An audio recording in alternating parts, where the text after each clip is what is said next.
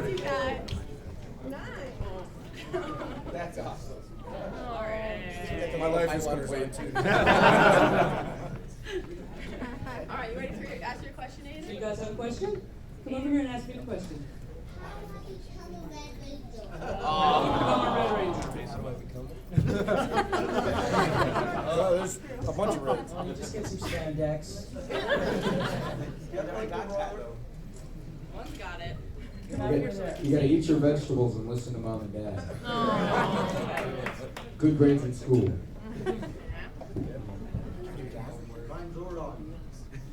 What's up, fellas? All right, Kai, you want to ask yours? Yes. What's your question, buddy? What's your question, Kai? Your favorite moves, Power Ranger moves. Favorite move. The one I just saw right there. All right. All right, well, thank you. Thank you, Thank guys. you to our Thank cutest you. little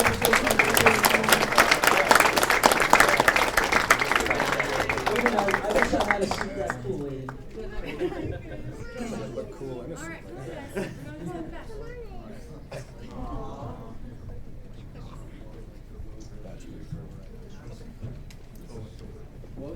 What was it like shooting Forever Red?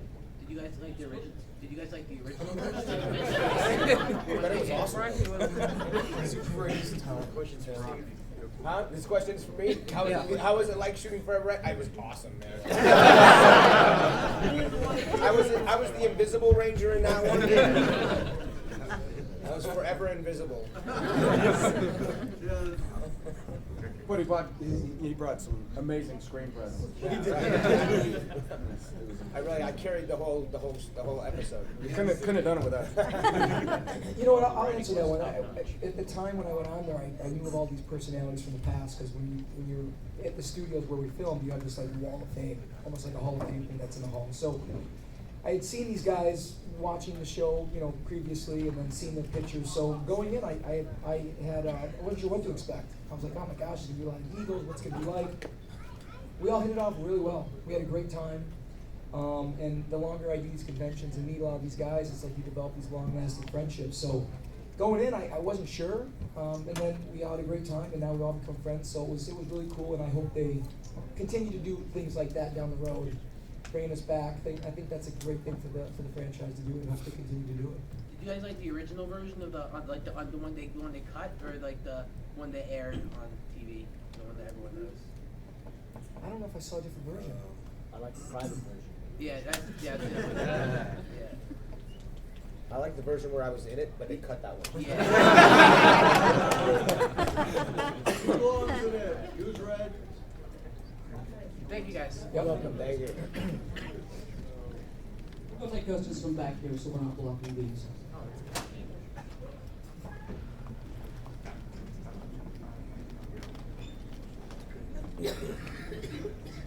So, I'm sure a lot of listeners here with the line, it's a trap from Star Wars, which was probably meant nothing when it was written, but became a big deal. So was there anything from the show, for characters or a situation or a scene where like it was done, you figured it was no big deal, yet people ask about it, wonder about it, and that somehow became a big deal when you thought it was nothing? I think this is a trap. I think it's morphin' time. I think that we probably didn't think I was going to catch on, but Yeah, but it's morphin' time. It's morphin' time. Yeah. Or Tyrannosaurus, pterodactyl. Stegosaurus. I go to sleep at night and I hear it. I have post-traumatic Power Ranger syndrome. My Quantosaurus, your dragon sword. Yeah. Oh. Quantosaurus. I can park your Quantosaurus in my pyramid.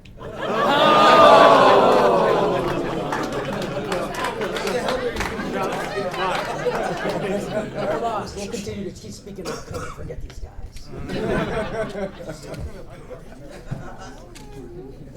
Thanks, man. Hi, all you guys. My question is, what was your favorite moment from filming Forever? Why am I even here? I was in Blue Zeo Ranger. I don't know what you guys are talking about. You know, we had a moment where we were in that, was that the Forever Road? And Jason Dan Freddy couldn't say a line, or he said something about, and it's something he had said, and we all started breaking out laughing. And we just couldn't stop. We actually get removed from the room, and I think it was Sean Johnson and me. And some line that he kept screwing up or couldn't say. And The Sea of Tranquility. The Oh, Sea of yes, Tranquility. yes, Sea of yes. Tranquility. And he kept saying tranquility, and he couldn't get it. He started laughing, then eventually we had to just get That is my out. favorite. Yeah. Tall, pretty cat. Yes. That actually hit so big that I think that happened just before I showed up for that shoot. Yes. And people pulled me aside and they couldn't even tell me the story with a straight face. Because I guess it went over that big. So I'm sorry I missed it. I will never forget it. And there they are, yes, here in the Sea of Tranquility. Doug, again, yes. And as you can see here, they're building preparations in the Sea of Tranquility.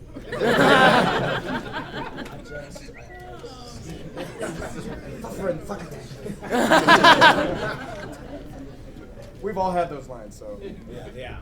I did one that was like when we first got on the show, and I'd get the youth center mixed up with the command center.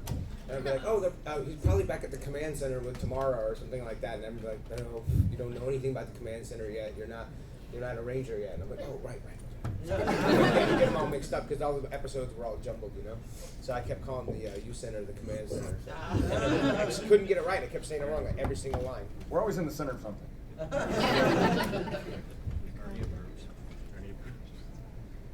This is for Chris. Is your comic book going to get a movie? Is my comic book gonna get a movie? Yeah. God, I hope so. That would be fantastic. If you can help me with that, please do. That'd be great. Adele stars from the. Sure. Adele's in it now. Yeah, why not? Adele Surf Shop. Adele Surf Shop. Have her in it. I'm totally for that. The sass. All the sass. Sass unleashed. Yeah, that would be impossible. Of all the episodes you have ever filmed, including Forever Red, which one was your favorite and why was it your favorite? Anybody? All the episodes? Favorite, yeah, everything that you shot, favorite episode, and why? I had an episode, I don't know if anybody's ever seen it or not, but I beat the crap out of 3 Ninja Turtles. Yes. That was great. Yes. And I very heroically beat the hell out of them, There and you then I go. ran away. Yes. That's what you do. Yes. And as far as why, Ninja Turtles. Psycho Rangers. Yes. Psycho Rangers, boy. There you go. Psycho Rangers, man. Chris, come back with a Psycho Ranger. Come back and be the Psycho Ranger. Yes. That'd be I'll come back and be the Psycho Ranger. I don't know. My Movie favorite, was- sorry. Oh, go ahead, bud. My favorite episode was a 90-minute episode that we did called Power Rangers the Movie.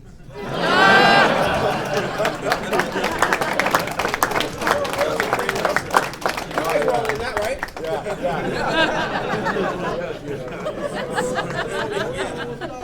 You want to bust my chops? How about that one?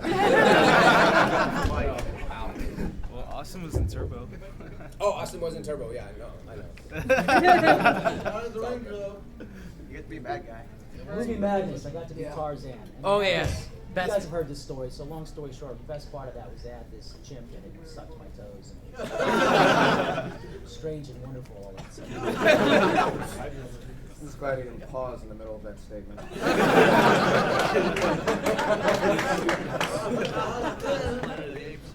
I think for me it probably would have been the original pilot, the unaired pilot. It didn't come out till years later. Just because that for me was kind of the genesis of everything outside of Japan.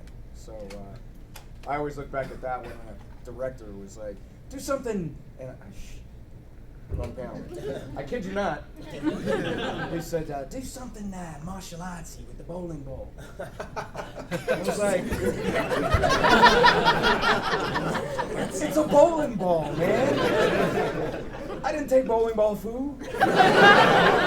And so I was being a wise, you know what? And I was like, oh. And the camera was on, and that's where I learned a very important lesson. Never do anything in front of the camera when it's on unless you want it to live forever. Today, it still airs. That's funny. You know, I remember like- that. I remember not even being on the show and seeing that and going, what is this fool doing? What kind of show is this? Do something martial artsy. Martial arts. Horrible. What was your Dan? Horrible. What's that? You know, I liked the first episode we shot for Lost Galaxy. We were at the LA Convention Center, and it was just kind of fun. You know, I got to run up the, they had these escalators running down, or coming down, and I had to run up it and hop over, and I totally raunched myself in the middle of them. And that was a really fun moment for me. I don't know. I always say movie madness as well, but the last 3 episodes of Time Force, the end of time, there was that 3-parter. I like that a lot. I think because my character was they had gone back in time, and Dan and I were kind of taking care of stuff on our own. So they did a lot of big explosions of that. There was some good character stuff in those last few episodes. So I like the end of time for Time Force. What is the strangest rumor you've ever heard about yourself? There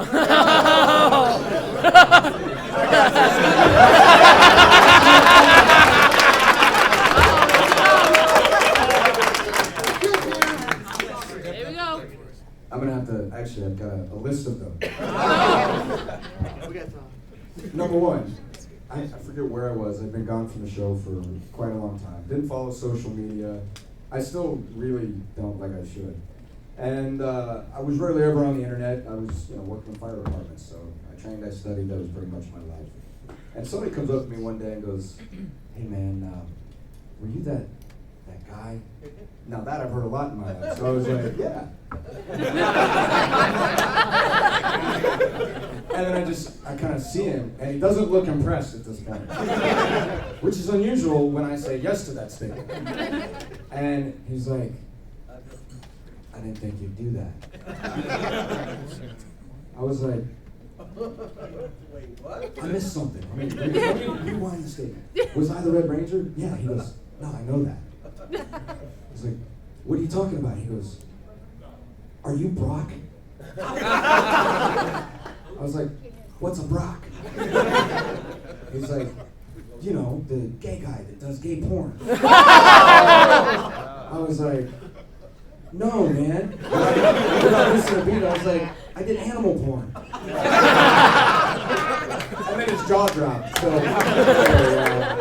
then I had to go online and I had to look, and somebody did a really horrible job. They cut my face off of like a fight scene where I was like, ah! And they put it on this guy that was just like 3 times my size, shoulders, arms, legs. Who, I'm not going to tell you what position he was in.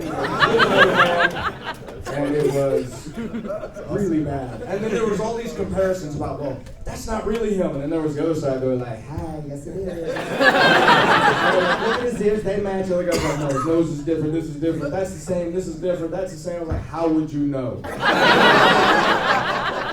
All right? So anyway, any other gay porn activities? I don't think any of us can talk any of that. It's Brock from now on. Brock. Yeah, Mr. Brock.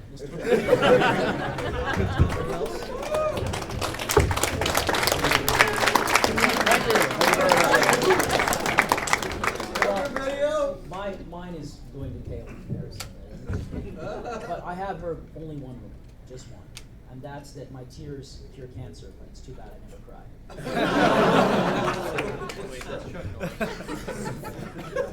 Well, you guys know how the Ninja Turtles were born. Yeah. Chuck Norris, he flushed a condom down the drain. A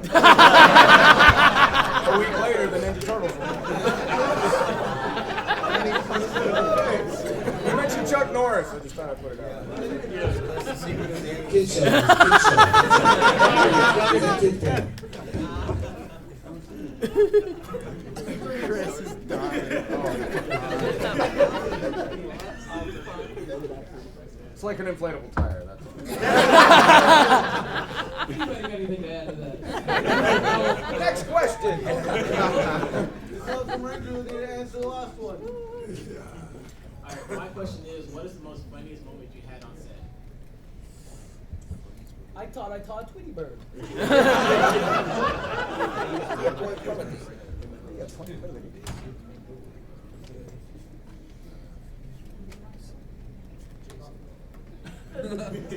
They had very serious careers. I don't know. The funniest moment was a moment I wasn't even there when Johnny Bosch was like trying to climb out of the window of the car at 50 miles an hour in Australia, and then he tried to climb back in, and Jason rolled the windows up. Oh my God! It didn't occur to the driver to just stop the car, so he just kept going. That's the funniest part about me. To me, anyway. Yeah, so, I don't know. I thought that's funny, but that didn't even happen to me. I thought it would be the leaves. He was there, but he was busy.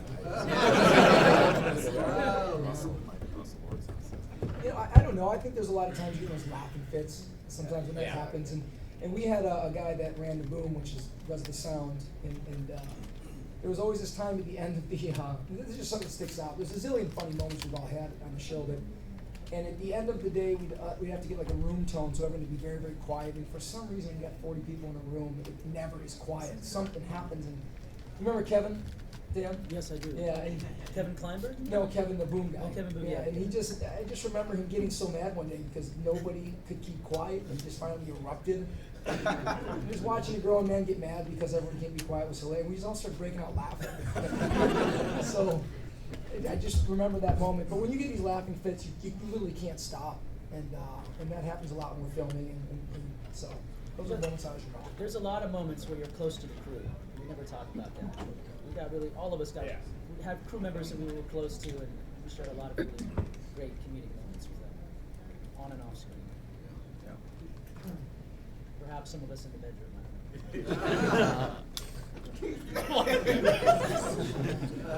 Wow. That's why they're called thankfully grips. Hey guys, huge fan. I love y'all. My question is, was there ever a monster of the week that you guys thought was so silly that you can help but chuckle or laugh Yeah, I had a purple snake that was wrapped around me, and I was trying to. You can't pause in the middle of that statement. This thing was humongous, and I was like fighting this purple You're not helping. snake. You're not helping. And I couldn't get the snake off me. That was the most ridiculous thing. And I think I had some lines after that, and I just was like, this is not working. I'm serious about this. I hope somebody recorded that. There was it wasn't a monster on my season, but there was a little puppet. Had like an anglerfish, the big dangly thing. Yeah. Yes, his name was Seymour. And the thing that drove me nuts about it was why it was called Seymour. They in the story, Tracy, who was Ashley, she sees this little thing, it's like this big, and she says, we're gonna call him Seymour because he wants to see more of the galaxy. And I was like, what the hell are you talking about? Stop! I had one where Kingsman? I don't even remember where in all the episodes we were, but it was a lot. And we would read sides, these mini scripts when we come in to shoot stuff. So a lot of times we had no idea what the entire episode was until we get to ADR, and we go and do the voiceover, and then we see how things got cut together, see what this monster looked like.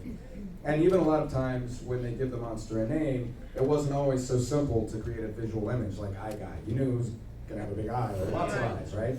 I don't even remember the name of this monster. I just remember being stupefied when I came into ADR and they were like, okay, and you get these sounds in your ears, doo, doo, doo, and then you have to lip sync with your character, and I did my lines, and then here comes this big pink blob.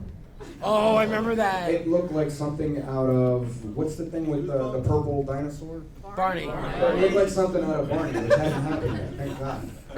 And I just looked at it, and I stopped. The next beat tones came in, I was supposed to deliver a line, and my jaw was just hanging. I was like, what is that? And they're like, oh, it's a purse. Oh, Zia, was this Zia? So now, you picture the creative minds, because we had teams of writers. And at this point, I'm thinking to myself, this is where they really ran out of ideas. They're sitting around, all of these minds. Let's come up with a monster. What monster do you have? And everybody's going, I don't know. right? I already turned a pineapple into something. We got, Seymour. We got all this stuff, and nobody had any ideas. And then, like, the lady that delivered the pizza came in and sat down a pink purse, and they went, I got it! It just... It's the scariest thing I've ever seen. We fought a pink purse. My favorite thing about the monsters is that we put the stunt guys in the suits, and we have the acting scenes with them. and for example, I'll give you an example. When my character first steals the quantum powers, and we're fighting Brickneck, it's my buddy in the suit playing Brickneck, and he's not an actor. And I'm sitting there watching him say the lines. He's got a paragraph of lines, and he's going, "Yeah, I'm Brickneck, and I'm here to take the what is it called? I'm just gonna." And I swear to God, if he didn't know the lines, they told him just to keep pushing through, just because they just keep motion. And I'm sitting here opposite him, going, "Oh my God, this is horrible." Not only does he look like a giant freaking rubber tire space condom. Mumbling like crazy, but also my favorite thing about that is we used to because we used to give the stunt guys a really hard time about that.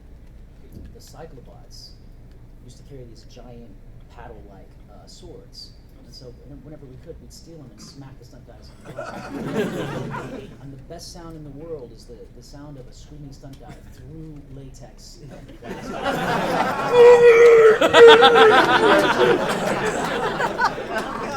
Now we know who was in the gay porn.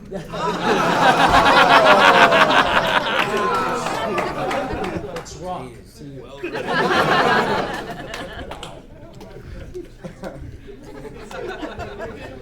Oh my God, it's a giant pachinko head. A pachinko machine, like it's like a Japanese pinball machine that they turned into a monster. It's like, what?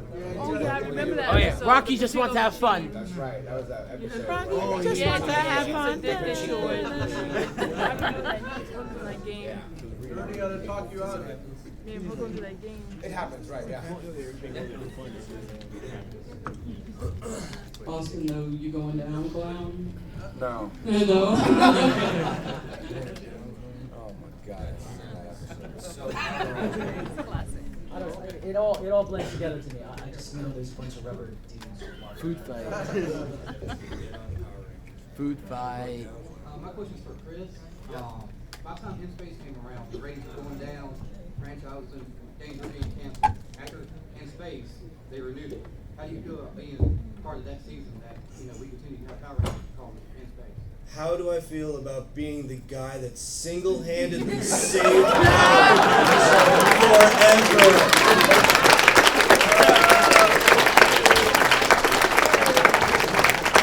Thankfully, I'm so humble about everything.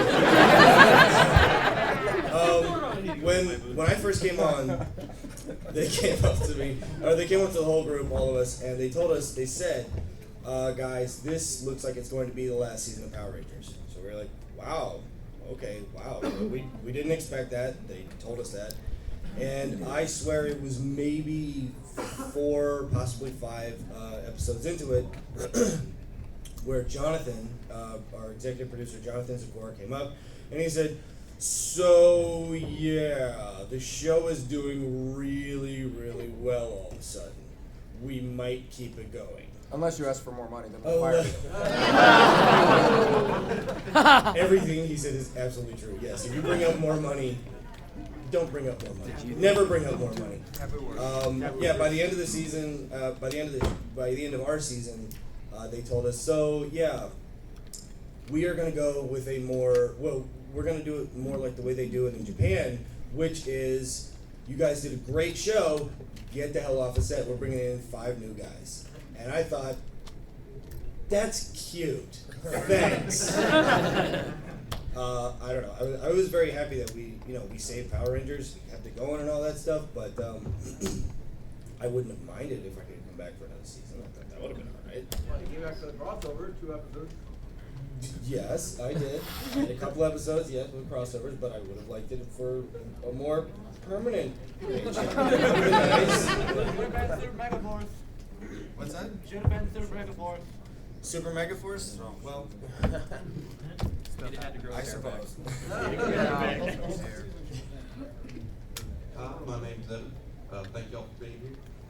My question is, it seems like over the cons, you guys have formed some really close friendships, both with other actors and with like people that run the conventions and whatnot. This is my first convention, so I was curious, where, did you guys have anybody that you stayed in really close contact with before you got on the convention scene? Is there anybody that you really got to know, actor-wise, that you didn't think you would since the convention scene? I think we can all answer that question. Yeah, I mean, we've all got something on this one. Walter has been my boy for 20 plus years, so you guys know him as Zach. Yeah. So he and I reached out all the time. We spoke on the Iraqi-Kuwaiti border before I came home from overseas, and he was the one that turned me on to this whole convention circuit. And he introduced me to Zach, my agent, and since then he's been running my butt all over the world. So he's probably a good family friend, Zach is. And the ladies here do a lot of work with my social media, Susan and Mel, and quite a few other folks that's pretty near and dear as a result of the show. And all these bums. It's a big family. It's a rite of passage. We're all family. So. Yeah, I would say all these fellas you see up here. Good peeps. Good peeps. And some of the people that you see running around us, helping us get things done and stay focused. We want to meet you guys and have experiences with you guys. I've met a few of you too. That I'm pretty protective of my family, as I know a lot of you guys probably are too. And I can think of one or two that I've let into my inner sanctum. So friends at all levels, I think, somewhere. Yeah, definitely. Yeah, for me, Erin Cahill, I've stayed very, very. She's like a little sister to me, so I've stayed close to her from go. She's sweet. Since then, and even now.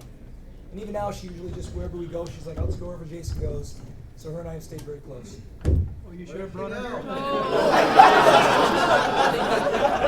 And Brock over there.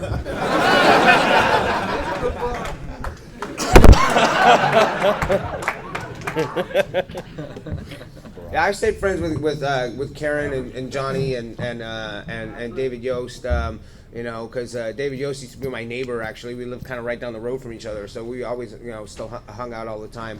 And then since the convention scene, actually, Jason Font and I have become really good friends. So that was pretty cool. And I had never met him before. We did what was the first? Do you remember what first show that we did? I don't know. Yeah. Yeah. It's been recent that we yeah. Yeah, I mean it's only like within the last couple of years or whatever. But yeah, so yeah, and Danny as well too. So and of course everyone. But yeah. But anyway, so there you go. Steve and I have shared moments. Yeah, we were good friends. Then yesterday he took his shirt off in front of everybody's like. We're not friends anymore. I lost my marbles last night. It was for a good cause. It was for charity. They did a charity event yesterday, and these two guys took their shirts off for the crowd. Yeah, so they'll gladly do it again, probably for free. But it was for a good cause, though. Charity strip. Two ends of the spectrum on sexiness. White meat and dark meat. Lean and well proportioned. Wow. It just keeps going. We're back to all that again. Okay, next question. What about Steve Danny? keeps trying to push it out. Yeah. What's that? We didn't get your answer. Oh, okay. So I was kind of out of the scene for a while. I went to law school, and I didn't keep in touch with Reggie Roll and I were really tight on the show, and so I talked to him and Archie Ko. I talked to once in a while. I went out to LA and saw him, and then when we did the Super Mega Force thing where we all came back, that's kind of when I got back in touch with everyone and. This handsome guy right here, and Jason and Steve. So yeah, it's been a while, but I'm happy to be back and in connection with everyone. Nice.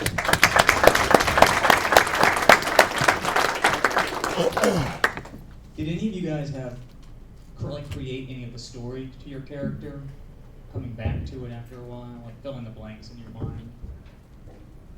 I think so. Ours is pretty well scripted out for Time Force. Yeah, they had our backstories and everything before. Oddly enough, like my character's backstory was pretty similar to like, you know, my real family though. Like, single parent, and there was 7 kids, and that was whole like the story of my character as well too. Yeah, so that was kind of weird. Stuff like that, but I think our stuff was probably scripted pretty well in the beginning. After the first 5 to 10 episodes, probably the first 5, they started giving us leeway after they started seeing the ratings. And I think they let each of us kind of develop in different directions. In the beginning, it was, do I have to say that line? Yes. And then after a little while, it was, I'm not saying that line, I'm going to say this. And they're like, okay. Yeah. So it's, I think it evolved. Good question. My question is, which is the most embarrassing thing you guys have done on set on each of your seasons? Oh, Jesus. Don't ask that. Purple snake. The purple snake for Slavin. Oh my God. The most embarrassing. Right now we're running through Rolodex is what we should and shouldn't say. Yeah. Somehow it's all going to go back to gay porn, I think. Oh my God. The most embarrassing thing. Are you kidding me? Everything you did, you had to get through was embarrassing at first. Yeah. I mean, for me, I was not an actor. I'd never done any acting before, ever. The Power Rangers was the very first audition that I'd ever done, and so I was way out of my comfort zone. And when I had to do that Rocky Just Wants to Have Fun episode, and I'm just, they're just telling me to be over the top and goofy and stuff, and I just, it was just something I had a real hard time with. I struggled with that, even to this day. I watch that episode and be like, I'm glad you guys like it and stuff like that, but you always look at yourself differently than everybody else looks at you, so you're your worst critic. And when you watch that kind of stuff, and you just wish you could go back and change it or do it a little differently. I would say probably that's one of my most embarrassing moments, is having to be that, like, such an overactor when I don't even know what acting really is, because it's like one of the first episodes I ever did. So to have to kind of give that kind of range when you don't have any range is really bizarre. Yeah, so I'd say that's probably like one of my most embarrassing moments. Good call, Steve. I do have something that I wouldn't really consider it embarrassing per se, but it was very humbling for me. When I was on the show, I used to hang out with the stuntmen all the time. We would go out and hang out all the time. And the stuntmen, Alpha Stunts, they are like the greatest stunt team ever. They can run up walls. They can fly. They're like robots. These men are just unstoppable. They're amazing. They really are, yeah. They're absolutely unbelievable. Everything that they can do was just, your jaw drops, because it's so incredible watching these guys. So, I was trying to like build up a rapport with these guys. I would work out with them all the time. They would beat the hell out of me constantly, and it was very much a sign of respect that they were doing that, because they weren't taking it easy on me. And the thing that for me that really, really humbled me was that while I would see these guys working out with them, they're fantastic at everything they do. When I would go out hanging out with them, we would go and sing karaoke. And they're all amazing singers too. So in no way whatsoever could I have like one up on them in anything. They would sing something and they're like, they have the voices of angels. And I was like, why? Stop being so amazing at everything. Stop it. That was humbling for me. So. Yeah, Alpha Stunts, man. Awesome. Yep. And AAC. And just in case they're listening, they're also there. AAC is the other part of Alpha Stunts, or another stunt team that's involved. Hey, so when you guys took your roles, you effectively became role models for a generation. Did you think that 5, 10, 20 years on, you'd be able to see the impact that you'd have like conventions of people that pretty much you're still role models to in a way? Did you ever expect that kind of impact or influence to come from? I had no idea. I remember looking at the show was originally called Phantoms. the audition in the LA Times was for a show called Phantoms. And they were looking for 5 teenagers with attitude, one of them with martial arts skill. And I walked in, first audition was, you know martial arts? I was like, yeah. They're like, great, go ahead. Like right there, you know, you had the numbers on your chest. There's thousands of guys. Yeah. And so I'm looking at that, and then they gave me this monologue where I'm supposed to be all pumped up, like Steve. I wasn't an actor. I had no idea. Everything felt over the top for me. And they were like, we're going to go save the world, and you're the leader, and you got to pump these guys up. I was like, oh my gosh, this is horrible. And I remember thinking, this is going to go nowhere. And then we started filming, and I thought, well, it's kind of cool, but no way. Nobody's going to watch this. And 20 years later. Yeah. I thought I had an idea, but I'll tell you what, I just learned 2 weeks ago.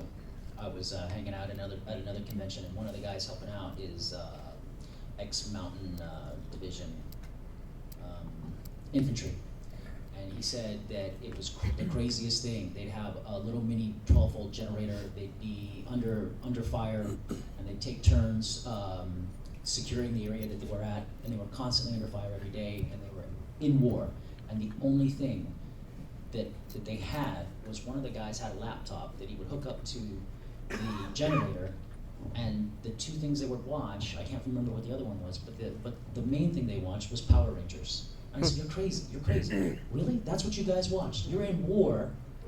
He's like, dude, it was just the coolest thing. And some of those guys knew every single thing about all of those Power Rangers. I go, what seasons? He goes, we watched it all. He had a laptop that his wife would put all the Power Ranger seasons on, and when they had a moment in between fire, and they were down for just a little bit, they'd fire that laptop on and watch Power Rangers. That's super cool. Yeah. That's something. It allowed them to escape the seriousness of where they were. Nice. And I thought that was amazing. Wow. That's cool. Yeah.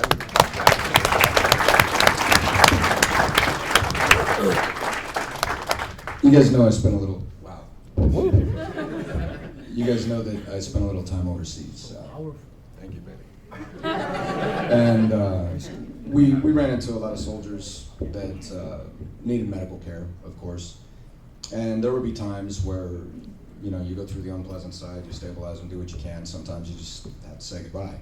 But there were other moments where these guys would figure out who I was, or figure it out later, or somebody would tell them later.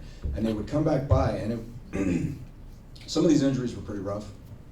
But the second they would figure it out, or they were told, I would either be asked to, you know, stop back by the cache or wherever it was, and we would go in and we'd see these guys, and you know, broken bones, burns, whatever it was, agony, and I'd walk into the room, and it was like everything about the injury just stopped, and I watched them revert to age 5,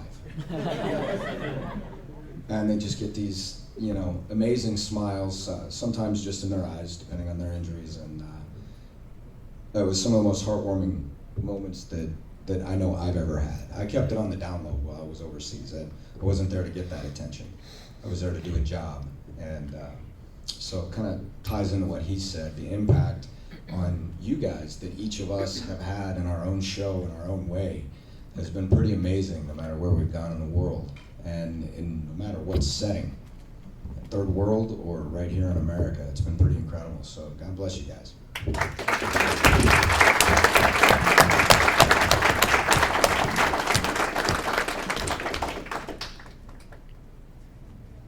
Okay, hello first. My question is pretty much, what do you guys envision your characters are doing currently, right now, as to how long it's been? What do you guys envision your characters are currently doing? What do we think our characters are currently doing right now? Oh, what do we think our characters are currently doing right now? Is that what you asked? Oh, okay. Gay porn? Wow. Just keep leading right back to that shit. That's it. Can't escape it. I'm out. Great talk, question. everybody.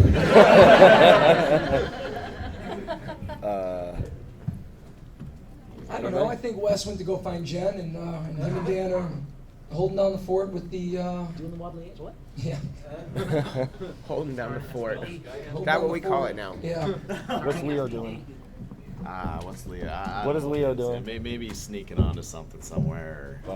That's I it? don't know. Maybe he's buying tickets now. I don't know. Yeah. Buying tickets now.